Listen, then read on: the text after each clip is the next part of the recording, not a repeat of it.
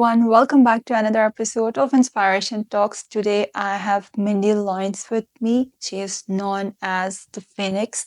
So, in order to know why is she known as the Phoenix, let's welcome her before any delay. Hi, Mindy. How are you doing? I'm doing fantastic. Thank you for having me. I'm super excited. So, Mindy, firstly, thank you so much for being part of Inspiration Talks. I really appreciate it. So, I would like to start our today's conversation with, can you tell a little bit about yourself? Like, how did you move towards entrepreneurship and how are you managing everything? Well, that's a big question, but I guess to real quickly, a very important detail about my specific circumstances that I'm a solo parent. I'm a single mom. I have 3 kids, and I raise them completely by myself. So it can be a little bit tricky to manage everything. And I have been an entrepreneur for quite some time. I wasn't always an entrepreneur, but I ended up leaving my corporate job, I would say probably about 2 years ago, to be able to start my business full time and to be able to be home with my children who are homeschooled. So it is a lot to juggle, but I'm a big believer in following whatever is authentic to you and however you are guided to live your life. And that's what I felt was the best thing for us. So I dove in, and it's been a wild ride, but it's been a very thrilling and wonderful experience, even though it's had challenges mixed in for sure. Okay, yeah, obviously everything has its own challenges. So, how did you manage to rebuild your life and find the strength to overcome trauma? Can you provide some practical advice or strategies for others who may be going through similar experiences? Yeah, I to go back a little bit, I ended up a single parent of my 3 kids back in 2016, and it was a very unexpected situation, and my life went complete topsy-turvy very rapidly. I ended up homeless for about 3 months, and we had to float around a bunch of people's homes, and it was a very, very dark time. I definitely went through a lot of depression, and it was really, really a heavy load to be carrying by myself. But I would say to someone, if you're in a stage where you are having to completely rebuild, which we did, we rebuilt from scratch. I moved my 3 kids and I from Texas to California, which was insane. But again, it was what I felt was the thing for me to do. And so we completely started from scratch. We didn't even have our own car because my car had died. And we transported the family in a borrowed car with nothing but a few toys and some clothing and completely rebuilt our lives in San Diego. And that in and of itself was extremely difficult. But what I have found is that whatever challenges that you go through help to build resilience. They help to show you a reflection of who you actually are, because there's a lot of things that you can go through in your life that you wouldn't actually think that you have the capacity. There were so many times in my life where I felt like there's no way that I could pull through this. I definitely went through a lot of darkness, a lot of loneliness. There was a lot of shame attached to things that I have been through in my life. And I didn't know honestly how I was going to be able to pull through it. I didn't actually feel like I could pull through it. So, one thing that was key for me was, even if I didn't really think it was possible for something good to come out of the things that I had been through, I at least hoped that there would be some good that would come out of it. And so I just kind of took one day at a time and just kept telling myself, okay, it's got to get better. It's got to get better. It's got to get better. And yeah, I mean, my life now is amazing. It's incredible. I mean, of course, I still have challenges. Of course, there's still hard times. That never is something that completely phases out of your life. But I would never have imagined that the life that I live now would have been possible back then. If someone were to tell me that my life would be the way that it is now back then, I would have thought they were crazy, because I just wouldn't have thought it's possible. So I would say, really, just you have to just cling to the hope that things do get better, because they do. And I would say the primary thing that was so instrumental in me being able to not only shift my circumstances, but to be able to rebuild not only my life from a physical standpoint, but from a mental and internal standpoint, going from someone who is extremely insecure, very, very, I had a lot of health issues. I struggled with obesity and, like I said, depression. So the biggest thing that I would say helped me a lot with that, and I know this sounds crazy, but I mean, you're just gonna have to take my word for it. And of course, you can try it on for yourself and see if it fits for you. But personal development was the biggest thing that helped me because your mindset is the most powerful thing. Your mindset can break you, or it can be the thing that absolutely shifts everything in your life. So I learned slowly, this has taken a lot of time, but I really dove into personal development. I read so many different books. I was constantly consuming podcasts like The School of Greatness and Max Out and Mel Robbins and all kinds of different things to help reshape the way that I viewed the things that had happened to me in life. And so I was able to shift that mindset of feeling like I was a victim and feeling like there was no hope for me and feeling so much shame about the things that I'd been through and the failures that I had had in life, to where I now saw all of those as being incredible tools that I now have in my tool belt to be able to bring hope and inspiration for other people. And as I shifted my mindset by learning that failure is a necessary step to success and the importance of the things that have happened in your life that have shaped you, it really changed the trajectory of my life because my life completely shifted as my mind shifted, but it took the shift in my mindset in order to be able to reflect that on the exterior world. So I don't know if that kind of answers your question, but there it is. Yeah, whatever you said, I completely agree with that because if you have a positive mindset, everything goes with the flow. And apart from that, patience is the key to the success. Also, whatever happens, happens for good. So, apart from that, as you mentioned about having a positive mindset, so any three tips or advices which you would like to give on how to maintain your positivity? One thing that I think is really, really important, and if you're someone like me who tends to be, I'm someone who used to be extremely hard on myself. I was kind of an all or nothing mindset. And so I can be very self-critical, self-deprecating. And so one thing that I have found to be very helpful in your own journey and just being able to enjoy the life experience that you're living is to show kindness to yourself.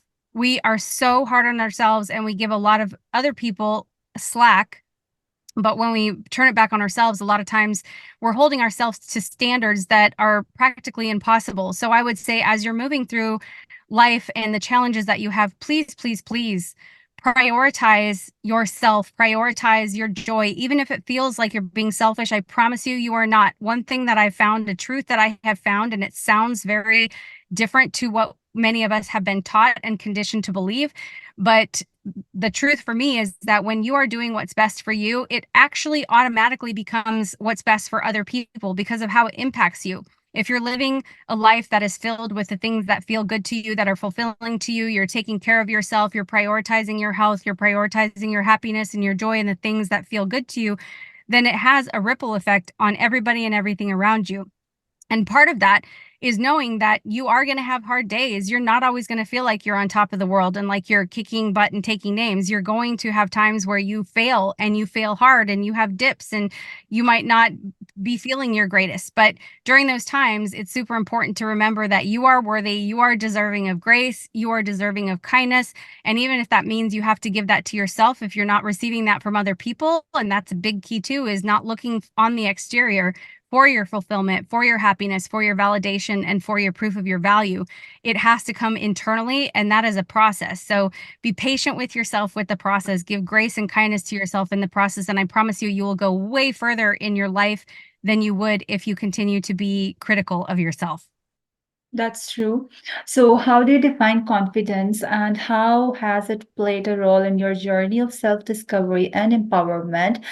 Can you share any practices or exercises that help you develop and maintain your confidence?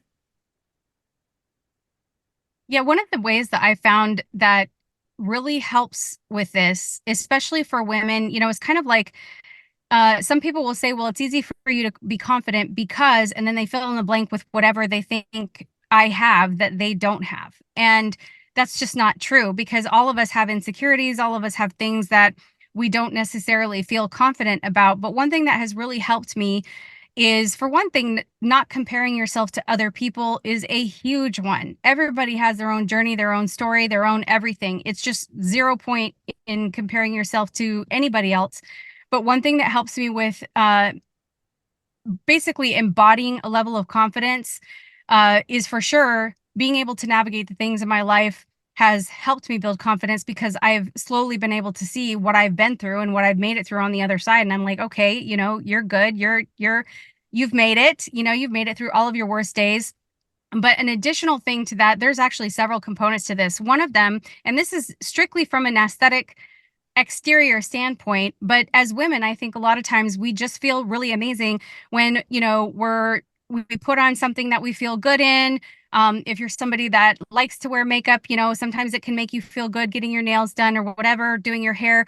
I used to walk around the house just feeling very schlumpy and just kind of, wearing my lounge clothes. And now, even though I work from home, I do take care of my appearance because I just handle myself differently. I show up in a much more confident way when I take care of my appearance, when I wear something that I feel good in. So that's one way to really have embody confidence that it just shifts something. It shifts your energy. And then another one is if you were to imagine yourself as like your most confident, your most successful self, whatever that looks like, you have the money you want to have, you have the lifestyle you want to have.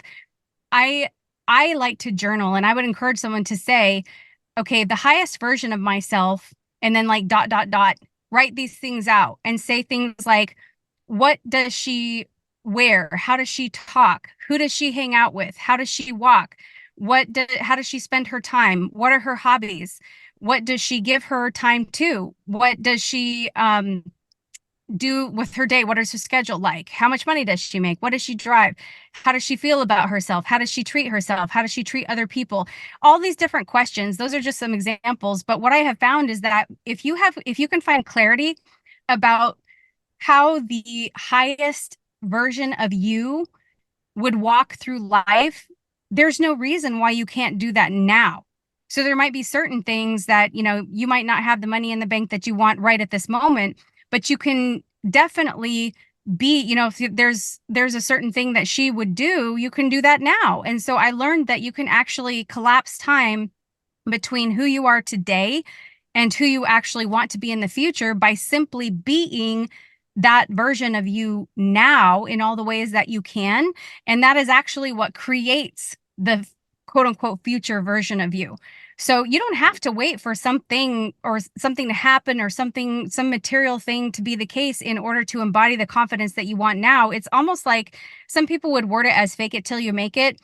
To me, that's not it. Some people might call that faking it because you haven't, up to this point in your life, shown yourself to be this person consistently. But that doesn't mean that it's any less authentic to who you are. You're just essentially trying it on and you're showing up in this confidence. And day by day, you literally become that person by practicing being that person. Does that make sense what I'm saying? Yes, it does make sense. And as you mentioned about the parents, it is actually a big, big, big point, because when you wear what you feel confidence, like when you feel good, you will have the confidence automatically. The point which you mentioned, I completely agree with that. And confidence basically depends on that, on the mindset also, right? Apart from wearing, whatever you wear or whatever you show, if you're like after getting dressed up, if you have a positive mindset, automatically your confidence will boost. So I would like to say, what advice would you like to give to those who are watching, you right now? Gosh, there's so much that I would love to say about that. I think the thing that I am most passionate about is for women to really be able to understand their value, their worthiness, because so many of the problems that I see women encountering, which most of them have to do with lack of confidence, lack of worthiness, feeling like they are insecure, feeling like they maybe don't matter, like they don't make a difference, or they end up in toxic relationships. They end up being very people pleasing, doing things they don't want to do, trying to fit in, not feeling pretty, whatever it is, all of those things. What I have found for my own self anyway is that they tend to stem from a very baseline devaluing of yourself. If you people who really, really, really understand their value and their worthiness, and that it is not conditional upon anything, It has nothing to do with your career. It has nothing to do with the money in your bank, your relationship status, anything like that. Your value simply is, it's unshakable. And people who really are able to grasp that, those people tend to, they just have this, uh, for one thing, it's this internal fulfillment where they're not looking for anything on the external. So they don't have codependent relationships. They're not saying yes to things that they don't want to do because they value themselves and their time, and they're simply living their lives in accordance with what feels right for them. And they're not, um this is a touchy subject with toxic relationships, but a lot of women who have insecurities and who have a lack of confidence and really don't understand their value, a lot of them do end up in very difficult toxic relationship dynamics. And I definitely did that myself.